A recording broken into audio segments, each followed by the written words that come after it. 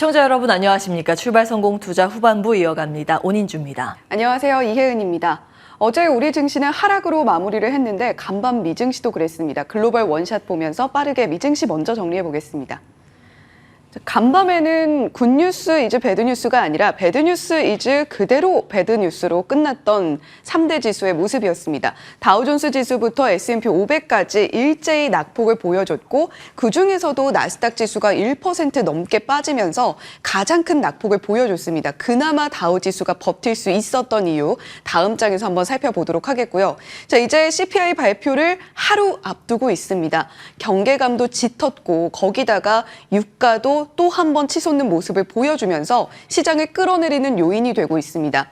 그나마 기대했던 부분이 아이폰의 신작 발표였는데 이 부분도 시장에 큰 영향을 미치지 못하고 오히려 애플 주가까지 함께 끌어내려지는 모습도 살펴볼 수가 있었습니다. 국채금리도 다시 뛰어오르고 있는데 2년물은 5.02%로 전일장보다 조금 더 소폭 상승하는 모습을 보여줬고 10년물은 조금 내려왔습니다만 여전히 4.28%로 높은 수준 유지하고 있습니다. 자, 빅테크 랠리는 어제 전해드렸는데 테슬라가 주도를 했었죠. 일일 천하로 끝났습니다. 다음 장 보시면서 어제 상황 어땠는지 한번 살펴보도록 하겠습니다. 자, 확실히 구획이 좀 나눠져 있죠. 기대감에 웃고 또 기대감에 우는 종목들, 섹터들의 표정이 확연하게 엇갈렸던 미증시의 모습이었습니다. 테크주들은 일제히 빨간불을 켜면서 시장에서 하락 흐름을 보여줬고 반대로 에너지주, 금융주가 강세였습니다. 웃었던 섹터들 한번 살펴볼까요? 국제유가가 지난해 11월 이후에 최고치를 또 한 번 경신해냈습니다. 에너지 섹터가 전반적으로 2.3% 상승하는 모습을 보여줬는데 이쪽에 보시면 엑손모빌을 비롯해서 이 구성업종 23개 업종이 모두 상승하는 모습을 보여줬습니다.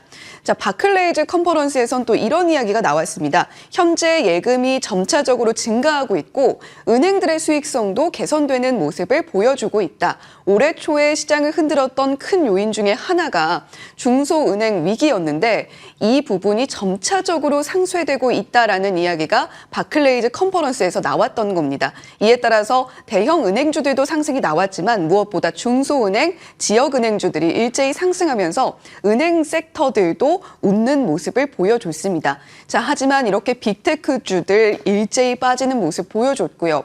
거기다가 오라클의 실적 발표가 미치는 여파가 상당해 보입니다.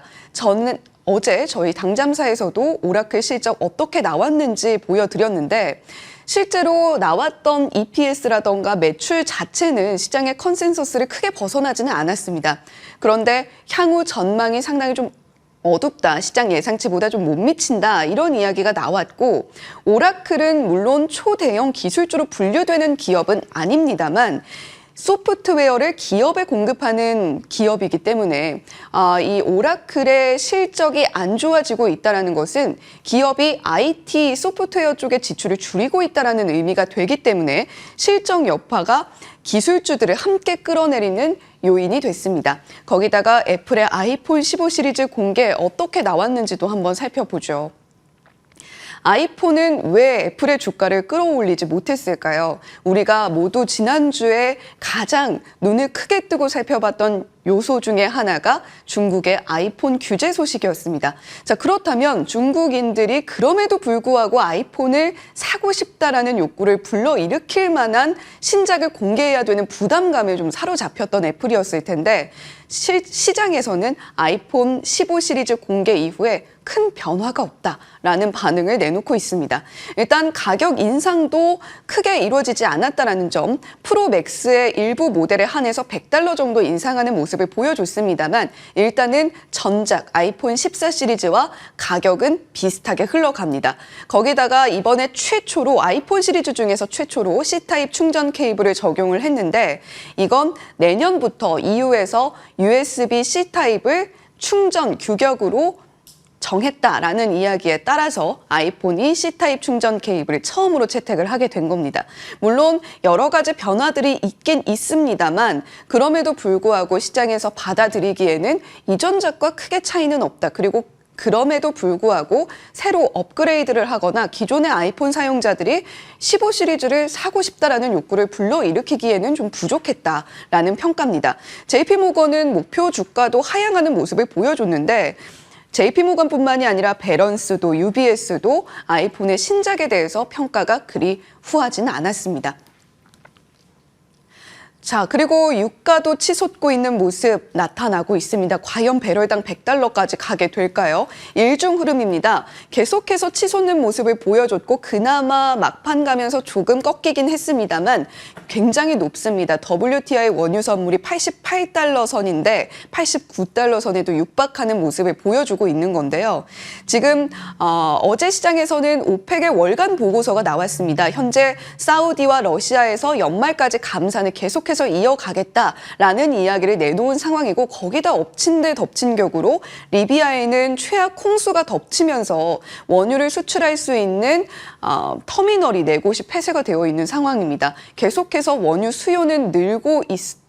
그리고 내년에도 여전히 일당 25만 배럴의 수요가 나타날 것이다, 이상 늘어날 것이다 라는 이야기가 오펙의 월간 보고서에 나왔는데 그럼에도 불구하고 EIA 단기 전망 보고서 역시도 계속해서 4분기의 브렌트유 가격은 $100까지도 갈 수 있다라는 이야기까지 내놓으면서 계속해서 오르고 있는 물가에 대한 불안감을 가중시키고 있습니다.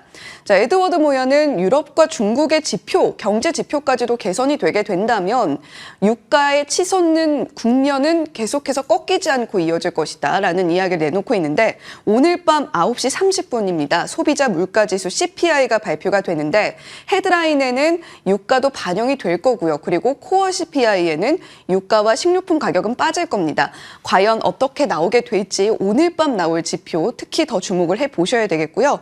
또 국제에너지기구의 보고서도 공개가 되니까 이 부분도 유가의 추이와 관련해서 지켜보시면 좋겠습니다.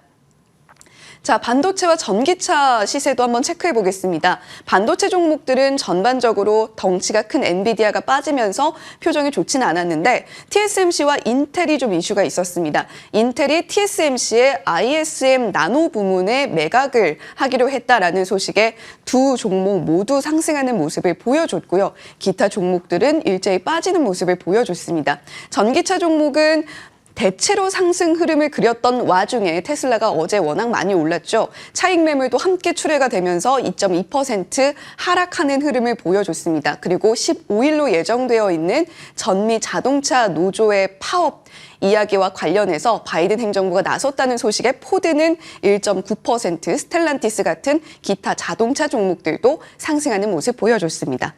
자, 이렇게 미증시 정리를 해봤는데요. 우리 증시 CPI 경계감에 함께 부담을 좀 느끼고 있을 것 같습니다. 글로벌 증시가 다 그럴 거예요. CPI라는 게 굉장히 중요한 지표이기 때문인데요. 들어가 보겠습니다. 경계 매물이 어제 우리 시장에도 자리했습니다. 차익 실현, 욕구가 증대되는 게 어제 시장의 가장 큰 포인트였는데요.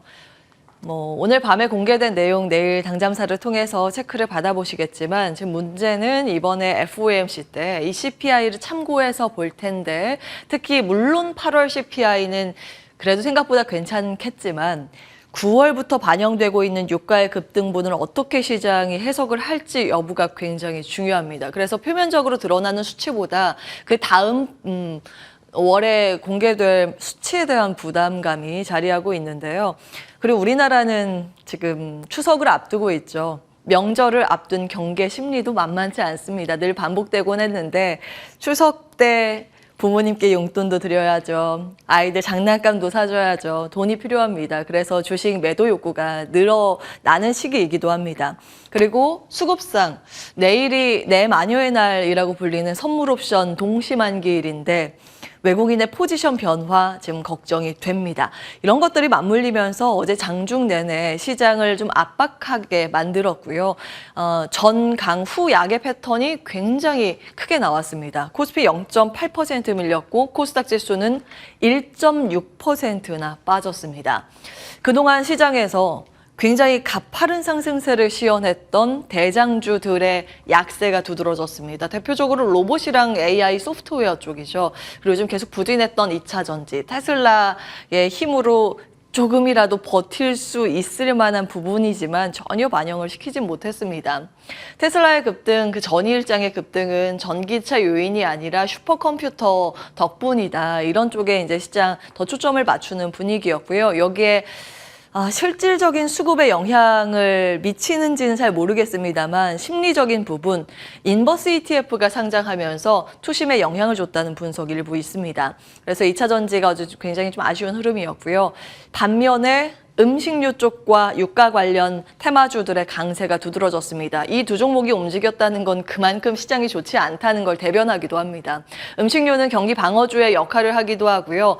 물가가 올라가면 그 가격을 제품에 전가시킬 수 있기 때문에 인플레이션 수혜주라고도 분류가 됩니다. 그리고 유가 관련해서는 물론 지금 기름 가격이 계속 올라가서 미국에서는 에너지 관련 테마주들의 강세가 두드러졌고 간밤에도 그랬습니다. 그런데 미국과 우리나라는 엄연히 이야기에서 좀 다르죠. 미국은 시추나 셰일 가스 이런 것들이 굉장히 많기 때문에 업스트림부터 미드, 다운스트림까지 굉장히 잘 구성이 되어 있습니다. 우리나라는 유전이 많지가 않잖아요. 그래서 일종의 수급이 만들어낸 테마성 움직임이다. 이런 정도는 체크해 보셔야겠습니다.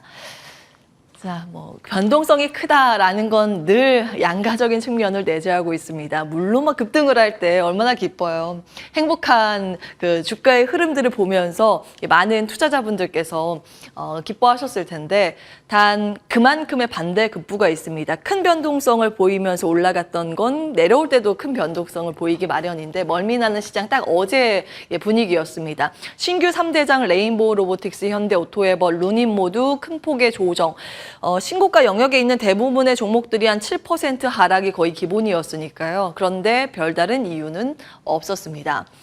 대장주의 하락과 소외주의 반등이 어제 큰 키워드였는데 소외주의 반등을 봤을 때 이제 시장에서 대장주에 대해서 탈출의 신호를 주는 것인가 아니면 여전히 이 산업이 성장하고 있기 때문에 일종의 성장통, 그래서 놓치면 안 되는 것인가, 이 고민에 시장 들어간 모습입니다. 잘 이제 따져보셔야겠고요. 3대장의 수급 대체, 바이오, 일부 종목만 살아남았습니다. 특히 이제 알테오젠 등의 학회 모멘텀을 가지고 있는 기업들의 강세 두드러졌고요. 52주 신고가도 나오기는 했습니다. 증권가에서는 연말까지 바이오가 시장의 대체 수급을 빨아들일 것이라는 이야기도 나오고 있는데요. 수급의 흔적 월요일부터 좀 체크해드리고 있습니다. 월요일에는 로봇에서 바이오 쪽으로 일부 수급이 교체된 흔적, 이동의 흔적 있었다라는 점 체크해드렸고요. 어제는 이제 로봇이 정말 많이 죽었고 바이오도 일부 살아남고 나머지 빠진 자금이 어제는 반도체 쪽으로 일부 유입이 됐습니다. 이런 수급 상황들 계속 면밀히 체크를 해보셔야겠습니다. 반도체 이야기 이어가 볼 텐데요. 월요일에 체크해드린 일정 부분입니다. 애플과 마이크론 쪽은 범용 반도체 관련 일정이고 이 아래쪽에 위치해 있는 것은 AI 첨단 반도체 쪽입니다. 그중에 하나 애플이 나왔죠. 지금 시장에서는 애플 휴대폰 부품 밸류체인에 주목해서 분석을 하고 있는데요. 제가 본 건 애플이 반도체에 대한 힌트를 던지고 있다는 부분 눈에 띄었습니다. 그래서 이제 제 나름대로 좀 정리를 해봤는데요. 가장 큰 부분은 가격 동결이었습니다. 스마트폰 시장 침체되고 있고 중국발 악재 영향 때문에 가격을 시장 컨센서스만큼 올리기 어려웠을 것이다라는 게 지금 시장의 중론입니다. 그래서 이번에 가격 그대로 하기로 했죠. 그만큼 시장이 좋지 않다라는 건데요. 확실히 올해 1분기, 상반기를 보면 스마트폰 출하량이 한 10% 감소됐다는 수치 확인하실 수 있습니다. 당연히 여기에 공급하는 부품 기업에게는 악재로도 볼 수 있습니다. 그런데 신제품이 나오면 계속 성능은 업그레이드가 됩니다. 그만큼 연산 칩도 중요하고 연산 칩에 따라 붙는 메모리 반도체도 중요한데 한 대당 들어가는 메모리 반도체는 증가 추세입니다. D램 매해 연간 단위로 봤을 때 5%씩 증가되고 있다는 점 수치로 나오고 있습니다. 그래서일까요? 간밤 엔비디아 같은 AI 반도체, 그리고 상대적으로 많이 올랐었던 반도체 기업들이 흔들렸지만 범용 반도체 대표주자 마이크론이 0.4% 올랐습니다. 1년 차트 보시면 꽤 꾸준히 우상향 곡선을 그려가고 있다는 거 확인해 보실 수 있습니다. 그리고 범용 반도체가 필요한 인텔이라고 할까요? PC 쪽에 그 뇌를 담당하는 연산 반도체 CPU를 담당하고 있지만 거기에 따라붙는 게 또 메모리는 범용 반도체입니다. 인텔의 주가도 간밤 0.7% 올랐는데 마찬가지의 차트의 흐름 체크를 해보실 수 있습니다. 반도체 메모리 구성 비중까지 제가 정리를 해봤는데 스마트폰 서버가 한 35% 담당하고 있고요. PC가 15에서 20% 정도 담당하고 있습니다. 지금 가장 골치 아팠던 게 낸드 플래시 쪽이었죠. 낸드라는 이제 메모리 반도체였는데 스마트폰이랑 PC 등 쪽에 더 많이 들어가는 쪽입니다. 근데 여기 시장이 워낙 살아나지 못해서 가장 메모리 반도체의 가격을 압박하는 요인 가운데 하나였습니다. 디램 메모리는 그나마 나았습니다. 왜냐하면 마이크론, SK 하이닉스, 삼성전자 다 일찍이 감산에 들어갔습니다. 작년부터 감산에 돌입을 했기 때문에 가격 바닥 확인 좀 일찍 나오고 있는 상황이고 낸드는 시장 자체가 좋지 않아서 계속 가격이 빠지고 있었습니다. 그런데 업계에서 이런 소문이 요즘 계속 전해지고 있습니다. 추가 감산 저울질, 삼성전자에서 낸드 플래시 가격 떨어뜨릴 것이라는 그런 보도 내용이 나오고 있습니다. 이제 감산에 대한 이야기입니다. 가격이 감산하면서 나중에 효과를 보면서 올라가겠죠. 삼성전자 낸드 감산 규모가 한 35%까지 확대될 것이라는 게 업계의 추정치인데요. 이것은 기업이 공식적으로 발표한 건 아니기 때문에 추후 내용은 확인이 필요해 보입니다. 그런데 트렌드포스에서 디램은 일찍이 좀 바닥 조짐을 보였고 이런 흐름들 속에서 낸드까지 같이 반등 시도할 것이다. 생각보다 빨리 나올 걸이라고 레포트를 냈습니다. 그것이 이제 낸드 디램 모두 4분기에 업황 회복으로 전환이 될 것이라는 보도 내용입니다. 메모리 반도체 진짜 바닥을 잡은 걸까요? 보시면 작년부터 가격이 계속 떨어진 걸 확인해 보실 수 있습니다. 근데 올해 들어서 보면 이 가격의 낙폭이 점차 축소되더니 3월부터 이 가격 그대로 지금까지 유지가 되고 있습니다. 그러면 어느 정도 가격은 바닥을 잡고 이제는 반등하지 않을까? 저수치로만 보면 일찍이 감산 들어간 그 감산 효과가 조금씩 가격에 반영이 되고 있다. 시장은 이렇게 해석을 하고 있습니다. 이런 관점에서 보자면 범용 반도체에 대해서 이제 어떤 시각을 가져야 할까 고민이 남는데요. 범용 반도체라고 하면 디램 쪽으로 보면 차세대 디램, DDR5 관련해서 기판 쪽은 BGA 쪽이라고 볼 수 있겠고요. 주요한 부분은 이쪽입니다. 그동안 외면을 받았었던 후공정에 가려졌었던 AI 반도체에 가려졌었던 선단 공정 쪽인데 이쪽에 대한 시세가 어떻게 나오는지가 한 가지의 반도체 관전 포인트가 아닐까 싶습니다. 9월은 역사상 수익률 최악이었다는 점 과거에 좀 정리를 해드렸죠. 특히 보시면 이 지난 막대가 코스피고 약한색 막대가 코스닥 지수인데 9월은 코스피도 안 좋았지만 코스닥 지수가 가장 최악이었던 달이었다는 점 체크해드렸습니다. 지금 뭐 중소형주의 약세가 두드러지고 있고 사실은 연말로 갈수록 대주주 요건은 회피 물량에 대한 우려감 때문에 특히 단기간 시세가 많이 났었던 플러스 수익을 내고 있는 중소형주의 차익 욕구도 일견 존재를 하고 있습니다. 그래서 여러 가지 이제 투자의 관점에서 어떤 걸 주목을 해볼까 재미있는 흥미로운 기사가 있어서 이 내용들 가지고 왔는데요. 최근 한 달간 내부자 매수가 있었던 종목 미래에셋증권, 휠라홀딩스, DL, 참 좋은 여행, 유니캠, 한미반도체, 대웅제약, 동화기업 등이 있습니다. 여러 가지 투자 포인트를 삼아볼 수 있겠지만 금융이 요즘 좀 많이 눈에 띕니다. 다음 장까지 볼 텐데요. 시장이 좀 웅크릴수록 시장 어느 정도 대외적인 환경이 좋지 않을수록 결국에는 방패 전략이 필요하다는 하나 퀀트 분석이 있습니다. 배당 이야기겠죠. 배당도 잘 주고 실적이 올라가고 주가는 많이 못 올라서 낙폭과대 종목 이 세 개의 팩트가 같이 맞물려 있는 종목들 여기서 추려진 걸 말씀을 드리면 기업은행, BNK 금융지주, 우리금융지주, 하나금융지주, 금융지주 굉장히 많죠. 증권사도 좀 많이 있고요. 신한지주, NH투자증권, 미래에셋증권 등등 있습니다. 나머지 기업도 캡처해 주시고 퀀트 분석이니까 정량적 분석입니다. 이런 것들이 하나의 투자 포인트 가늠자가 될 수 있겠구나 정도 참고하시면 되겠습니다. 당잠사였습니다.